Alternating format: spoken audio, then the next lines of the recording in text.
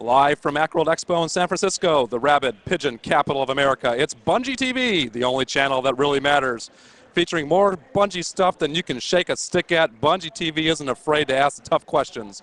Like, why are you shaking that stick at us anyways? Is that a really stick, or are you just happy to see us? And now we give you the host of bTV, the man who paid for his sex change with chump chains, Joseph Staten. That was an even better intro than we had yesterday. By the way, everybody, on the intro this morning, Peter Tamte. Alex had to go back to the Bungee West offices, but Peter is going to be our roving reporter in the booth today. And my, what a wonderful bTV broadcast we have for you. Without further ado, let me go back to Peter, who has managed to rustle up a fan who I hear has a pretty stupid trick for us, Peter. Indeed, we have a very stupid trick. Are you ready? Actually, Peter, okay. before we begin the stupid fan trick, I should probably let everybody know who you are at Bungee. Actually, hey, Peter, why don't you introduce yourself and let everybody know what you do? Well, Joseph, I'm the Executive Vice President of Publishing at Bungee Software. That's great. What does an Executive Vice President of Publishing do, Peter, other than just, generally speaking, take up room in the executive suite? That's pretty much what I do, Joe. Hey, Peter, will I still have my job when I go back to Bungee? I'm not sure about that yet, Joe. Okay, great. So let's get to the stupid fan trick. Peter, who's the fan that we have this morning? All right. Why don't I let you introduce yourself? Name's Jeff Grossenbach. Jeff, and where are you from, Jeff? From Seattle, just flew in this morning. Ah, indeed. And you've been a Bungee fan for a while? Years and years. Years and years. Back to marathon days? Yep. Hey, Peter, what? How about all the way back to Pathways days? Not quite that far. Oh, well, that's still pretty good. Marathon, that's not too bad. You know, I knew the minute I got that microphone in your hand, Peter, that you'd just be talking away and you'd be loving every minute of it. Yeah, that's true. Hey, so why don't you ask Jeff what he'd like to win from the Bungee store? He gets his pick, anything he wants in the Bungee store. What would you like to win from the Bungee store, Jeff? A copy of Oni. A copy of Oni, all right. Can we do that, Joe? I don't think so, but you can tell Jeff what we can do is if he does an exceptional job with the stupid fan trick, that we'll take his name and we'll get him on the Oni beta test list. We'll get you on the Oni beta list. Did you hear that? Fantastic. All right, we're on. So, Jeff, now as I understand it, you're going to try to stuff as much of your body into that trash can over there as possible. Is that correct? That's correct. All right, let's go for it. All right, Jeff looks confident. He's picked the larger of the two trash receptacles. Oh, he's got a leg in. He's down. He's in. Oh! Jeff is in. Jeff is in the can. Jeff, you win the prize. Jeff, you win the prize. Jeff, that was probably the best trash can stuff I've seen in a long time. Peter, Jeff can't hear me. Why don't you let him know that we thought that was brilliant? Hooray for Jeff. Jeff, you win the prize. All right, definitely on the Oni beta list. Hey, so tell Jeff to go around hang around the booth, and after we're done with the broadcast, I'll get his name, and we'll definitely get him on the list. All right, Jeff. That sounds great. Back to you, Joseph. Thanks. Hey, so as you can see, the fan tricks just get stupider every day of Bungee TV, and if you have an exceptionally stupid Bungee fan trick, come on down. As a matter of fact, last night, two gentlemen volunteered to do something that involved nudity tomorrow. So if you're looking for something exceptionally stupid, don't miss tomorrow's show. Thanks, Peter. We'll be going back to Peter in a little bit. But before we get on with the rest of the show, I wanted to answer a couple letters that have come into the Bungee TV letters mailbox. We got a lot of letters, but the one thing that we got the most questions about was Halo, not surprisingly. And most people wanted to know a little bit more about Halo's backstory, a little bit more about the setup of the game. So I thought I'd just take some time and give you guys the basic story of Halo so you know what to expect. You all should gather around, get some popcorn, get a warm blanket, curl up in bed, and get ready for a bTV story. Do we have like some fancy little graphic video fade we can do, Jason? All right, we'll let this suffice. So here's the story of Halo, right? It's a couple hundred years in the future. People of Earth have gone out and colonized the galaxy. They made a number of different outposts in one particular region of the galaxy and are doing fairly well until they run into a massive group of aliens called the Covenant. Now, keep in mind, this isn't just one alien. It's actually a conglomeration of different alien races, none of which are particularly nice. On the whole, they're especially nasty, and they're pretty zealous. They have a lot of really zealous religious fervor, and whenever they come in contact with one of the human outposts, they wipe it out utterly, without any word, without any warning, a couple cryptic messages, but then they raise the planet in a tremendous firestorm. They're destroying all the human systems, and the unfortunate thing is they're getting closer and closer to Earth. Now we have a final set-piece battle with the aliens at one of the last remaining human colonies that is not Earth, and we get totally obliterated, except for one human ship. And the commander of this human ship decides that rather than lead the aliens closer and closer to Earth, that they're going to plot a course to some random destination in the galaxy and lead the aliens away with them. So they set this random course, they log it into the computer's AI, the AI blasts them out of the system, and oddly enough, the entirety of the alien force follows them. Not one ship, not a couple, but every single Covenant battleship follows this one human ship. Now, when this one human ship arrives at this uncharted destination, they find a couple cool things in the system. They find a big gas giant planet, which has a moon orbiting around it. But in between the two things is this ring structure, something they've never seen before. It's 10,000 miles in diameter. It has an atmosphere. It has continents. It can support life. It's a habitat. You can live on it. And the human ship comes into the system, makes these very quick discoveries, but before it can do anything else, it's attacked by the Covenant battle fleet and broken into bits. Before the ship is entirely destroyed, however, the commander of the human ship is able to jettison certain essential supplies, troops that remain alive, vehicles, and all these different things land in various places on the Halo ring. And you, the main character of the game, an elite military officer, are able to bail out of the breaking apart human ship at the very last minute and burn through the atmosphere of the ring, which is Halo, land on the surface of the ring, and what begins is a guerrilla war between you and this massive, overwhelming alien fleet. Aliens land on the ring, and they engage you and the other members of your former crew in a variety of battles around the ring. So that's the basic backstory of Halo. Now, all that happens before the game begins. And again, the game of Halo is a third-person action game. It's all about action from minute to minute, and it tells the story of you, one person alone, with your friends, with weapons, with vehicles, fighting a guerrilla war against a fairly overwhelming alien force. So that's the basic story of Halo. I'm sure I've given you actually more details than Peter wanted me to give. Probably Peter's giving me the look that I, in fact, don't have a job when I get back to Bungie on next Monday, which is bad. Now, the other letter that someone sent in yesterday, they really liked the tour we gave of the Bungie East headquarters, and they asked, so, hey, what about the Bungie West headquarters? Because though we are located in Chicago, we do have a development studio, which is in San Jose, California, and this person was curious about, so what's this development studio like? What's it look like? Who are the people there? Introduce us to the ONI team. So, we've been putting together a tour of the ONI facilities, and we're ready to show that tour to you right now. The tour is narrated by Dave, who is one of the architects on the ONI team, modeling some of the ONI levels. So when the video starts up, you'll see Dave Dunn, and let's take it from there. This is the ONI, Bungie West. Mahagov reporting for Bungie TV.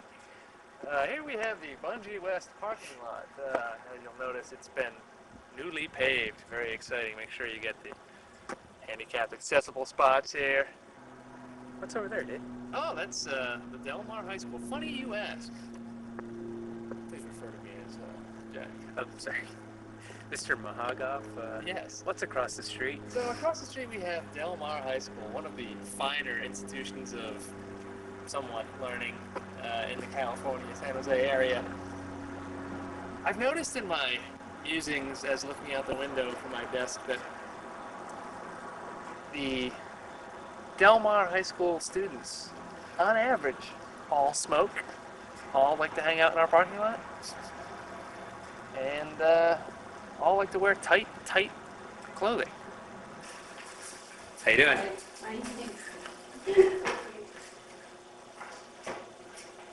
Hi, I'm Jack Mahagov reporting for Bungie TV. Here we have the Bungie West parking lot. As you'll notice, it's been newly paved. Very exciting. Make sure you get the handicapped accessible spots here. What's over there, Dave? Oh, that's the Del Mar High School. Funny you ask. Please refer to me as Jack. Oh, sorry. Mr. Mahagoff. Yes. What's across the street? So across the street we have Del Mar High School, one of the finer institutions of somewhat learning in the California, San Jose area. I've noticed in my musings as looking out the window from my desk that the Del Mar High School students, on average, all smoke, all like to hang out in our parking lot, and all like to wear tight clothing. How you doing?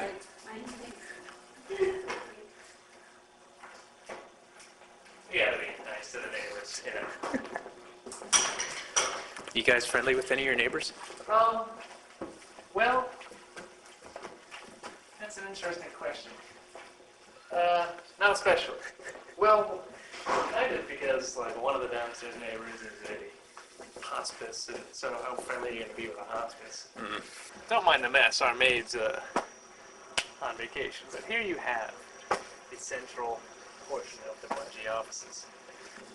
The drink slash entertainment center room.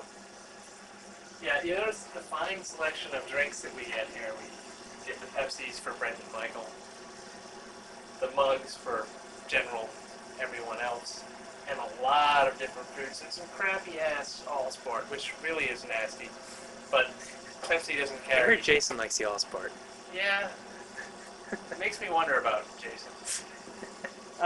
Also in here we have the entertainment area, which is a little bit, Zoinks. yeah, it's a little messy. But you know, that's you got your Sega Genesis, your Dreamcast, your PlayStation, your N64, your Neo Geo. I think we have a Jaguar over here. Is this a ColecoVision? And that's about it. But anything you want to play, I think we might have covered. Except for a couple of those fine. The Pippin. I don't think we have a Pippin. Funny, we used to make software for the Pippin. But we're working on that. Different Oni press paraphernalia and Ghost in the Shell things and a whiteboard.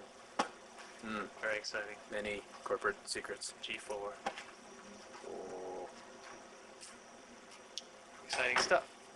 Here we have what I like to call like the core of the dark side, which the dark side would be this side of the room, which is all the cut and pasters, aka programmers. Here we have Michael. Now, What's the etymology of the old cut and paster reference? well, they cut and paste. That's what they do. They Control C, Control V. I mean, that's how you code? That's how you code, I think. Okay. I'm pretty sure. Okay. Yeah, this is where Michael Evans sits. Michael, one of the cut and pasters. Michael's very organized, as you can tell. He likes to know exactly where everything is. And he hardly ever drinks Pepsis. I mean, this must be at least from 2 hours ago, maybe. I'm thinking. Michael likes his Pepsi. He's a caffeine junkie. Speak of the devil. Speak of the devil. There he is, rumbling in.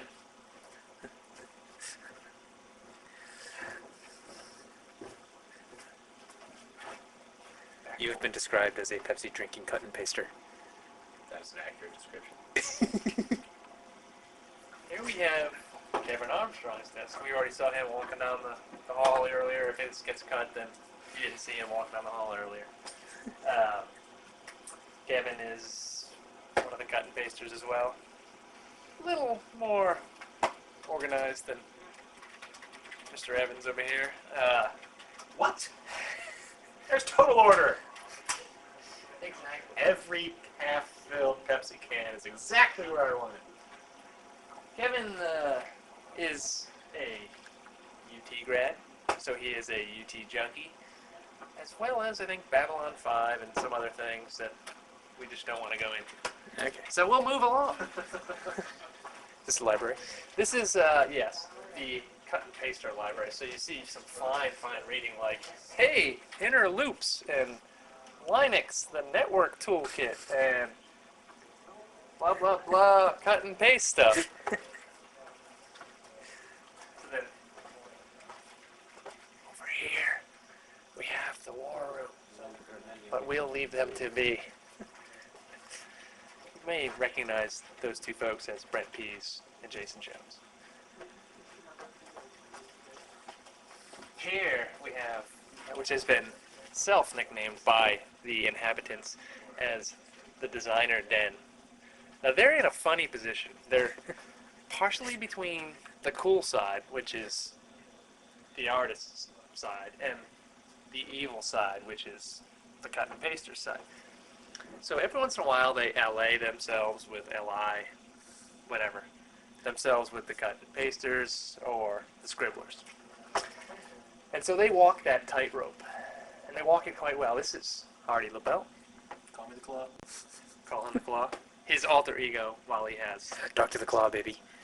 Dr. the Claw. Hi, Mom. And here we have Chris Porter. And these two gentlemen are making it all come together. They're getting gameplay ready and roaring for all you Oni freaks to play.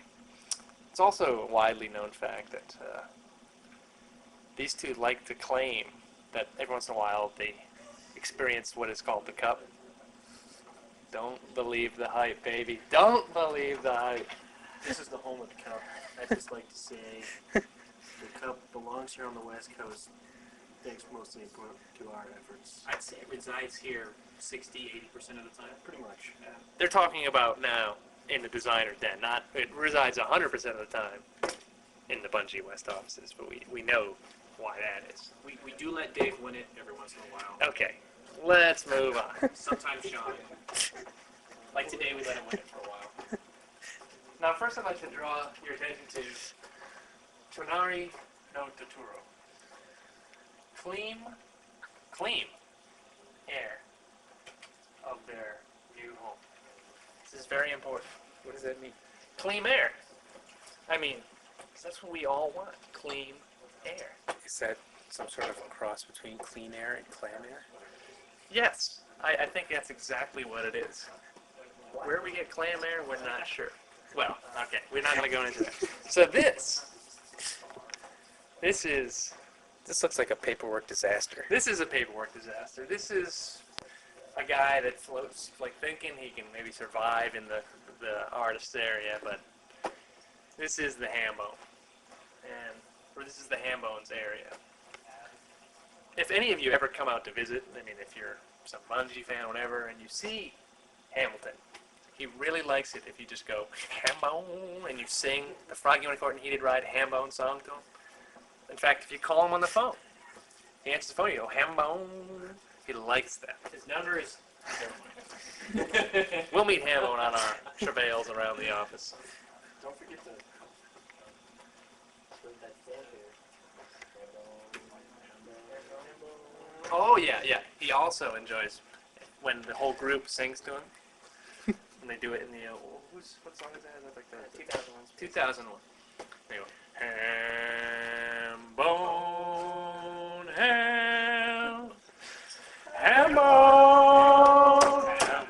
Hambone, Hambone.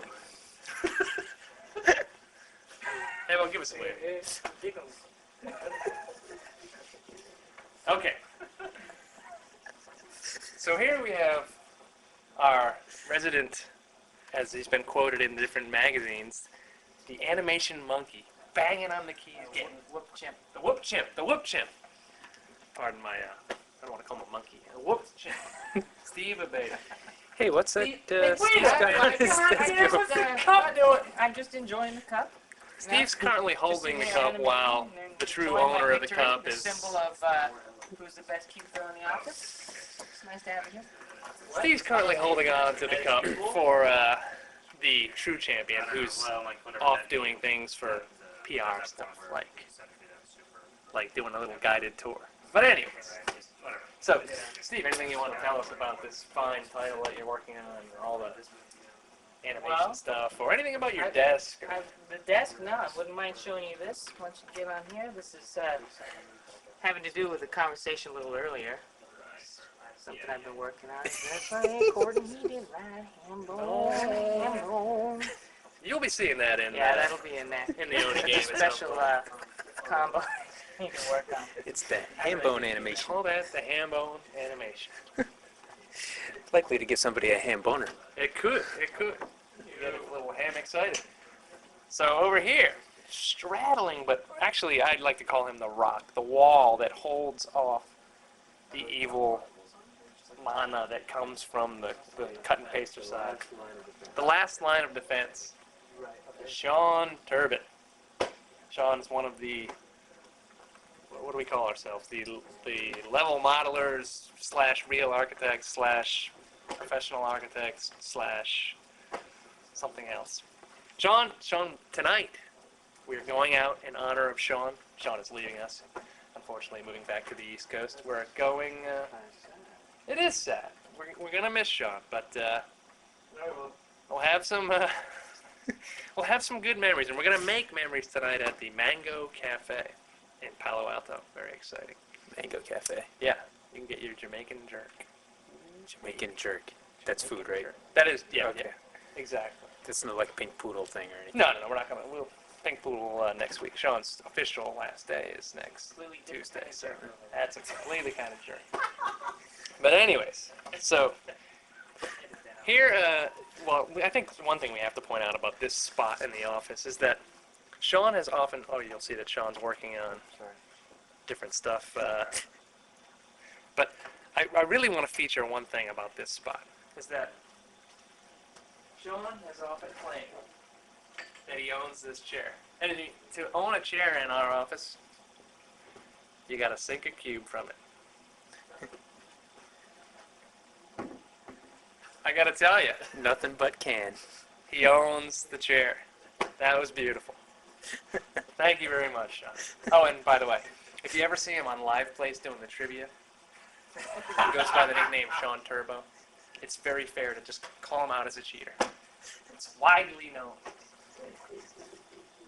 Here we have, oh, well, first off, before I even introduce the young gentleman who's sitting here, I'd like to introduce his friend. Very exciting.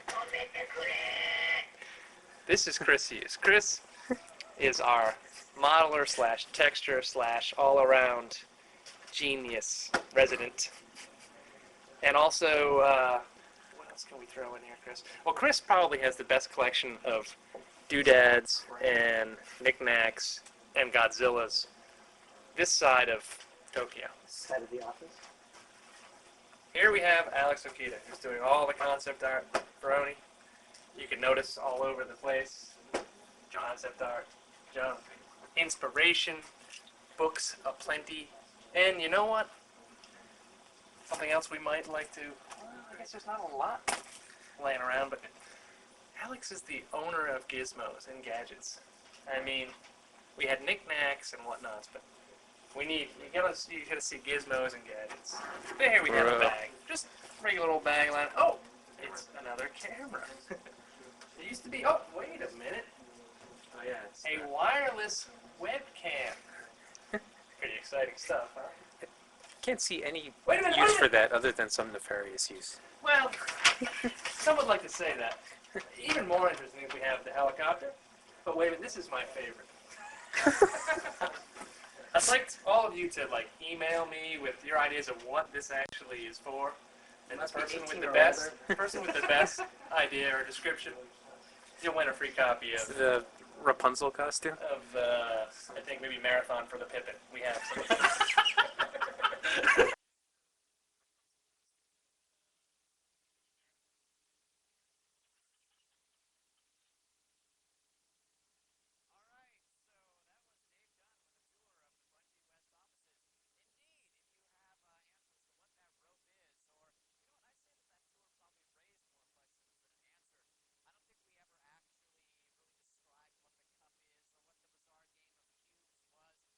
If you guys are interested, write to bTV at bungee.com, which is our mailbox. If you have any questions about that tour, we'd be happy to answer them on the air tomorrow and the next day. bTV at bungee.com is the address to which you should send all your pressing questions. We did get one other letter last night. I think it was from some guy, I don't remember his name is, but the general gist of the message was, hey, why don't you guys shut the hell up, stop talking, and show us the games? So It wasn't worded very politely, but I took it to heart, and we're going to cut directly right now to Oni. The second part of our Oni coverage started yesterday, and I believe Peter has managed to rustle up a member of the Oni squad down from San Jose, bring him up to Moscone Center to show us some cool stuff. Hey, Peter. Hey there. Good morning again, Joseph. Indeed, we have Steve Abeda from the Oni team. Steve, you work for Bungie, right? That's right. Hey, that's cool. What do you do? I'm the animator on the project. I give everyone all their moves and stuff. Hey, that sounds great. So my understanding is that you're going to show us some neat tricks in Oni. That's right, yeah. We've got some disarming stuff. We've got some tackling stuff that integrates hand-to-hand and guns together. Hey, that's really cool because as I understand it, one of the things that makes Oni really unique is the fact that you can blend seamlessly martial arts and gunplay in this unique environment with anime. It's pretty cool. Yeah, that's one of the hard things to do is we want to give the player all this control to do these flying kicks, running tackles. At the same time, it's one half shooter, right? You have a gun, so you have to think, how do you integrate those two things together? And one of those things we've done is to actually let Konoko and any other character run up to someone, do a martial arts move, and take their gun. So now you can shoot. Kind of like in The Matrix. That's right. Ooh, that's cool, man. Matrix is a cool movie. So, hey, Peter, without any further ado, why don't we zoom in on that screen and see some of these disarming moves? All right, that sounds great. So, Steve, why don't you go ahead and show us one of the disarming moves here and talk us through what you're doing. Okay. So let's say we got Jim over there being the striker. Let's say he's got the gun and he's shooting at you. If you can actually close the gap and get in on him, you can perform this takeaway. So you see now I've got his gun, and he took some damage in the process. And there's multiple moves you can do. You can come in here, do this, kick him in the face, shoot him while he's down. Now I've got his gun, now I've got the upper hand. Yeah, every character's got this. So you get Ninja, he's got this quick disarm move. We can go to Striker versus Striker. He's got the move, now I've got the gun. That is cool. That's cool. All right. Hey, could you ask Steve to show us maybe a couple other disarm moves? The camera went out of focus a little bit, so. Yeah, hey, Steve, why don't you show us a couple other disarming moves? I guess our camera went out of striker. focus a little bit, and show us a couple of those things again, because that is pretty cool. Zoom right on in there. Oh, ouch! It popped him, man. Hey, maybe Steve could show one of the other characters, Peter. Yeah, hey, Steve, any other characters that you might be able to show us? From behind Jim. So Ninja's one of our quick stealthy characters. Just go ahead and I'll just do a disarm from behind. Just go ahead and stand there, Jim. So you can see Ninja's got that quick release. He sneaks up on someone from behind. He can disarm the guy. He didn't even know what happens. Doesn't take any damage, but he flips around him. Hey, Peter, ask Steve if he can show. We got Elite, which is one of our bigger characters. Break his back while you take his gun. I'll do a disarm from the front here with Elite. You can see how he grabs him, just flings him around like a rag doll. He ends up with the gun. So they've all got their own moves to do, and it fits their character. Here's Red, just kicking Striker down. So I think that's just about it for those. That's pretty cool. That's great. Hey, thanks a lot, Peter. I think that's some pretty cool footage. That's great. Thanks a lot, Steve. You bet. So, another great part of Bungie TV is we have some really great friends in hardware community and the software community, and we'd like to invite a couple of them on while we're broadcasting bTV. And today we've got a really special guest for you. We have Kathy Taffel from Apple Computer, so I'm going to invite Kathy into the studio. We're going to get her set up with a mic and ask her a couple really tough questions. Come on in, Kathy. Here's your microphone. You might just want to clip that onto your collar there. Doing pretty good. We're just going to take a second. We're going to get a camera zoomed in on Kathy for a minute. While we're setting up the camera, actually, I'd like to make a brief announcement. Last night we had a Bungie Fan Fest, which I announced on bTV yesterday, and we had some really great attendance. I'd say we probably had close to 100, maybe even more than that, fans attend the Fan Fest. Alex, CEO of Bungie, had his video recorded there last night. We got some great footage. Tomorrow in the show, we'll be broadcasting some footage from that, some of the choice moments of the Bungie Fan Fest. And you definitely want to stay tuned. We got Matt, our head of tech support, sort of resident guru of all things Bungie, to answer some questions. We had Marty O'Donnell from Total Audio at the Fan Fest answering some questions about the soundtrack to Myth. Some really cool footage. We're going to put that together for you, and we'll be showing that tomorrow on the show. So I think we're just about set up. Hey, Kathy. Hey, Joseph, how you doing? How's it going? So Kathy and I talk all the time, but you guys probably don't know Kathy at all. So Kathy, would you mind telling people what you do, who you work for? I work for Apple Computer, and right now I'm wearing 2 hats. I've been working in the developer relations group with fine folks like Bungie for the last year and a half. And I'm just now moving over this month to work in our consumer markets group and launched the Apple Games site last month. So everybody should go to www.apple.com/games for some fresh content next week. That sounds cool. Hey, actually, incidentally, we know Kathy from way back. Kathy was actually the winner of one of our first Myth tournaments. What was that, a couple years ago? It was St. Valentine's Day Massacre. St. Valentine's Day Massacre. 98. Kathy was dominant. I mean, when she won, I don't mean to say she just won. She dominated the field, kicked some major tail. So Kathy's not just someone who works at Apple. She's pretty hardcore. Well, what I like to think about it, Joseph, is that the boys got kind of wrapped up into testosterone and lost sight of the goal, and you know, some of the things are just not body count. You know, there's flags to be won, balls to get, and those boys just wanted to kill each other, and I think they just lost sight of what they really were after, and I won the tournament because of that. Actually, you're making a pretty interesting argument, which is in fact that there's something unique about being a girl gamer that actually might give you an edge. I think so. I think so.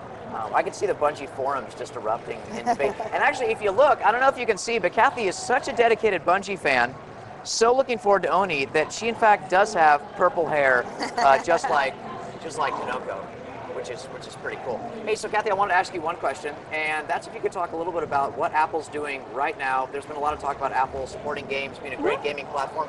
Could you tell everybody a little bit about what Apple's doing to make Macs the premier gaming platform? Sure. So we have 2 things. We have hardware and software. So let me talk a little bit about the hardware. When I first came on board, we did not have any 3D acceleration. Now, across our entire product line, we have 3D acceleration. That means that our software developers can count on having 3D acceleration across all of our machines, and so they don't have to worry about the configurations that the end user has.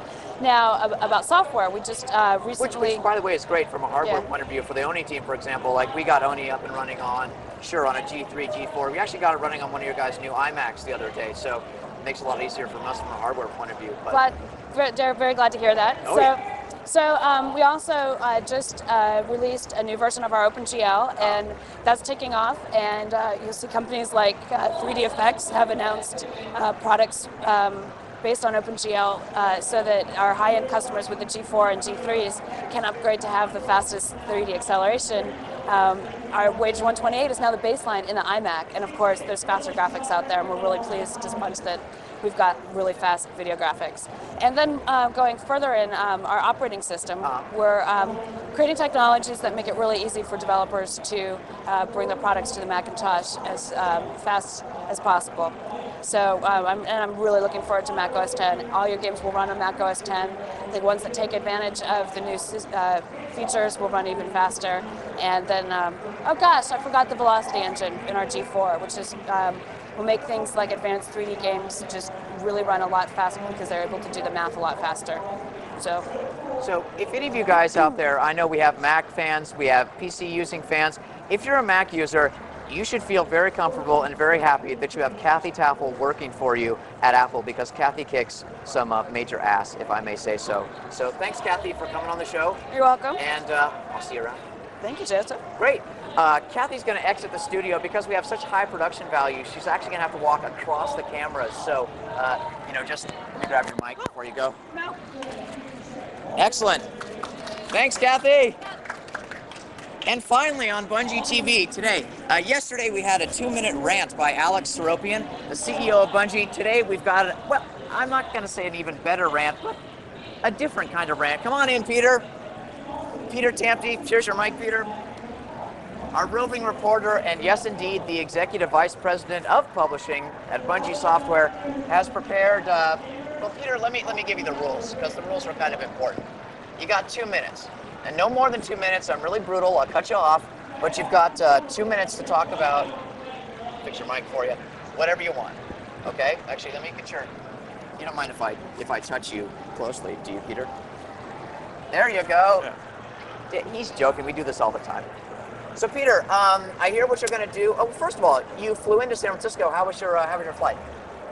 Oh, kind of dumbass question is that? How's my flight? My flight sucked. All airplane flights suck. You know why? They stick 140 people in some tin can for 5 hours that's meant to hold 100 people, throw a bunch of flight attendants in whose hatred for you is exceeded only by their hatred for the airline, and you're not exactly going to create the foundation for a pleasant experience. What else you want to know? So, I'm sorry, I mean, I didn't mean to open that can of worms, Oh, Peter, sorry. but you're here to talk about Oni, right? Yeah, whatever. You know what really irritates me, though, is you'd think somebody would be able to do something about the airlines, but who's going to do something about it? Congress? I mean, look, I've been a loyal Republican. I know that might come as a surprise to those who know me. A loyal Republican since about the day I was born. But I'm getting a little frustrated here, Right. okay? Because, I mean, it's been, what? Republicans have had control of Congress for 6 years. Yet my taxes keep going up. Government's more intrusive than ever before. I mean, what's the point? I mean, take Senate Majority Leader Trent Lott, for example. I mean, look, I used to think that guy was either stupid or incompetent. But you know what? No, he's neither. He just likes his job too much. You see, because what he does actually is he takes my tax money Right. and then he just transfers that to whoever gives him a big campaign donation. I mean, what we really ought to do is we really ought to super glue a Jar Jar Binks mask to his face. Or even better, somebody ought to slap his face hard enough to dislodge all those acorns he's been storing in his cheeks for winter. Right, Jar Jar Binks mask. Hey, correct me if I'm wrong, Peter, but weren't you going to come on today and talk about Kanoko or? Oni, that's right, yeah. You see, what's really neat about Oni, one of the things that's really cool about Oni, Right. is this whole thing that we call full contact action, all right? So this is the idea that you're going to blend seamlessly martial arts and shooting in one game. Right. So what I've done actually is I've drawn up an illustration of that. Actually, I happen to have that picture right here, Peter. We getting that on camera? Oh, that's good. Okay, see, so what we're seeing right now is we're seeing Kanoko demonstrating full contact action on Trent Lott. Oh, I see. So Trent's taking one right in the chops there from Kanoko. Indeed. Hey, Peter, would you say this is sort of a graphic representation of your rage? Yeah, whatever. Thanks, Peter, for coming on the show. I think you went over a little bit over 2 minutes, but that was a quality rant, so Thanks. what can you do? Hey, thanks, everybody, for tuning in on bTV. A little bit longer of a broadcast today, but just stuff full of more goodness for you to enjoy. Coming tomorrow at 10:30, slight programming schedule change. The show opens at 10. It's easier for us to broadcast at 10:30. Look for tomorrow's show starting at 10:30 a.m. Pacific Standard Time. Same place, Moscone Center at Macworld San Francisco 2000. If you're in the Bay Area, haven't come down already, want to see the show, want to vie for wacky bungee prizes by doing a stupid fan trick, drop on by the bungee booth. We'd be happy to have you. Again, if you have any questions you want answered on bTV, the address to send your letters to is btv@bungee.com. And finally, again, I want to thank our friends at Apple, our friends at ATI, our friends at VST Technologies, and Sorensen for Broadcaster for helping us with today's program. That's it for today. See you tomorrow at 10:30, everybody. Bye-bye.